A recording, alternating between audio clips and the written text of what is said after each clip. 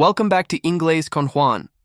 Today I'm telling the true-to-life story of a first day at an American office, a day full of nerves, culture shocks, and confusing idioms that ultimately became the best English lesson of all. If you're learning English and you've ever felt overwhelmed, keep listening, and please like this video and subscribe to Ingles con Juan to get more real stories and listening practice that actually help you improve.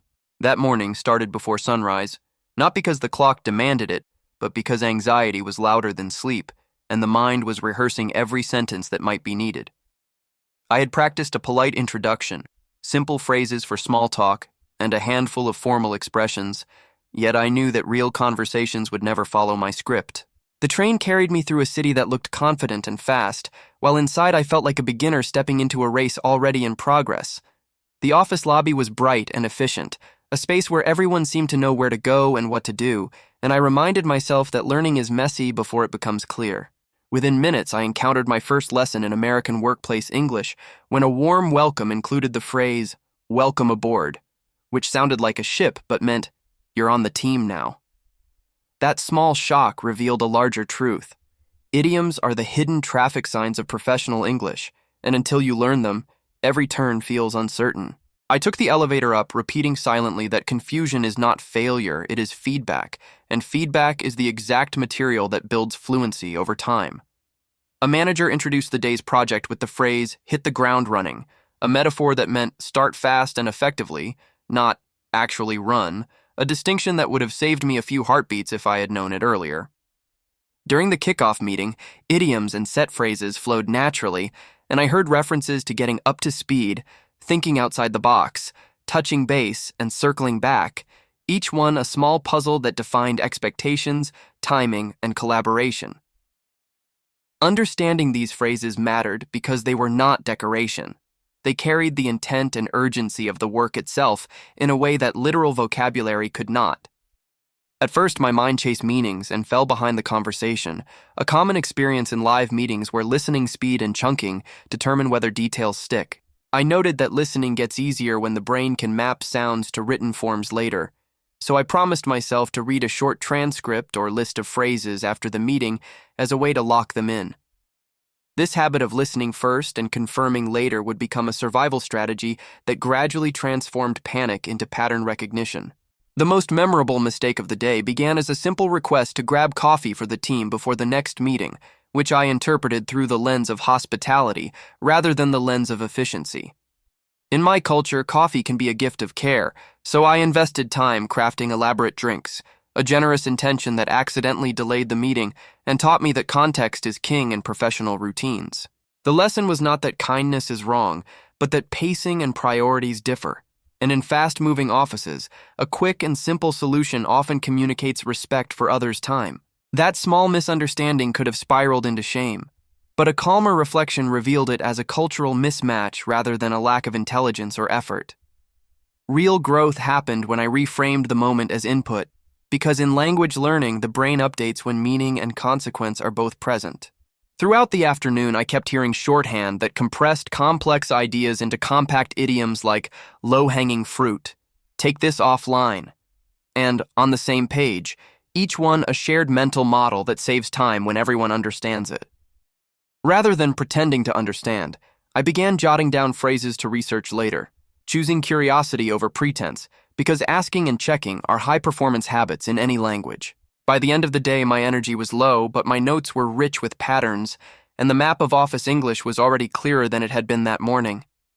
I realized that fluency grows at the intersection of input volume, meaningful stakes, and repeated exposure, especially when listening and reading are paired in short review cycles. With that insight, I set up a routine to review idioms in context for a few minutes after meetings, a small habit that compounded into faster comprehension. The turning point arrived not with a perfect sentence, but with a better question, the kind that turns confusion into clarity in seconds. When a phrase like "don't beat yourself up" appeared, I mentally labeled it as emotional guidance rather than task guidance, and the stress in my chest eased because I could now separate tone from instruction. In that moment, I understood that language learning is not about avoiding mistakes, but about recovering faster, and recovery happens when you can interpret intent even before you decode every word. The brain thrives on patterns when we let go of perfectionism and adopt a feedback mindset, especially in environments where speed and clarity matter. From that day forward, each idiom became a breadcrumb, a small signal pointing to how teams coordinate, prioritize, and deliver. I also noticed how American workplace culture prizes directness, time boundaries, and proactive updates, norms that reduce uncertainty but can feel abrupt until you learn the rhythm. Learning these norms is a language task as much as a cultural task because the words and the expectations travel together. Once I aligned my communication to match the cadence, brief check-ins, clear next steps, and concise summaries, my English sounded more confident because it served the context. This is why real-life listening matters so much. It trains the ear to catch pacing, emphasis, and implied meaning, all of which are essential for professional credibility.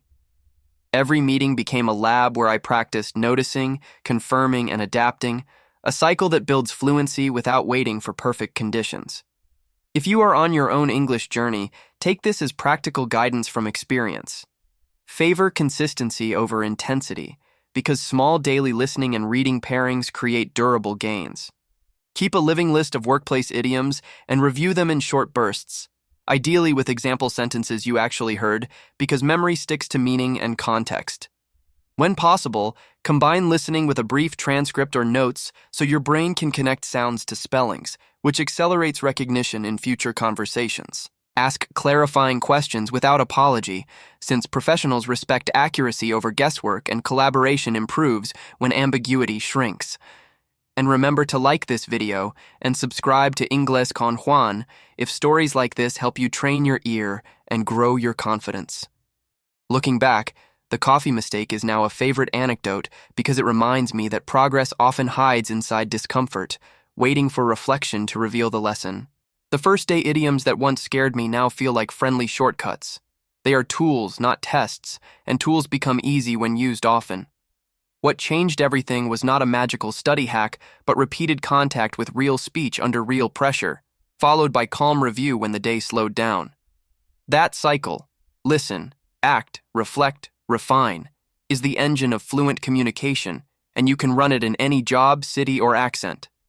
Your accent and errors do not disqualify you.